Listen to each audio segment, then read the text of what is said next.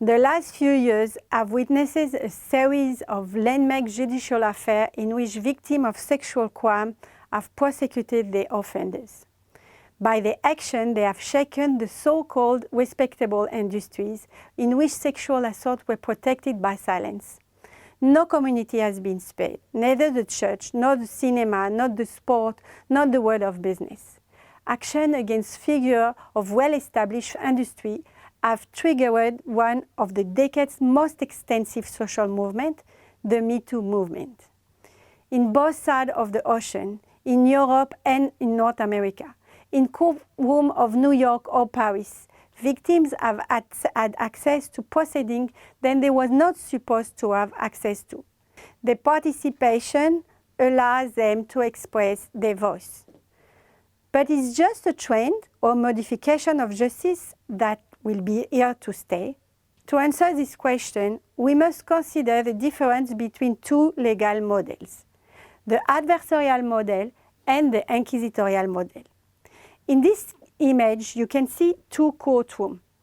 The first one represents the adversarial justice as practiced in Israel or the United States. The second one represents inquisitorial justice as practiced in France or in Spain or other continental countries. In the adversarial model, two parties, the accused and his lawyer, and the prosecutor representing the state, stand in front of the judge. You can notice here there are no victims.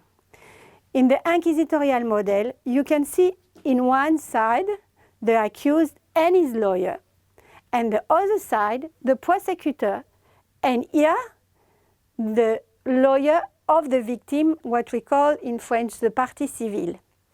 The victims are part of the process as the accused. Description, I show you now, is not accurate anymore. Today, the traditional trial tend to disappear. A diversity of those flourish in common law and continental jurisdiction in Europe and North America. We can't describe all of these doors, but it seems that they were created without a proper reflection on victim standing and participation, and they were driven mainly by efficiency, concern to reduce costs, and managing of the court dockets. The creation of these doors has kept the victims and the accused silent. It has turned it back to discourse and lay people narrative and has become a place reserved for professionals. But as my opening suggests, some judges have used tools to provide victims and offenders the possibility to be active during the process. The flexibility of these doors, the fact that they can be adapted to different needs, provide them this possibility. These doors allow a range of opportunities. An opportunity for strengthening the rehabilitative, restorative, and therapeutic aspect of the law. An opportunity to create a positive dynamic between offenders and victims. An opportunity to reintroduce humanity inside the court and to enrich the legal debate, allowing confession, forgiveness, and rehabilitation. Instead of remaining outsider, victim, defendant, and ordinary citizen should become active participants.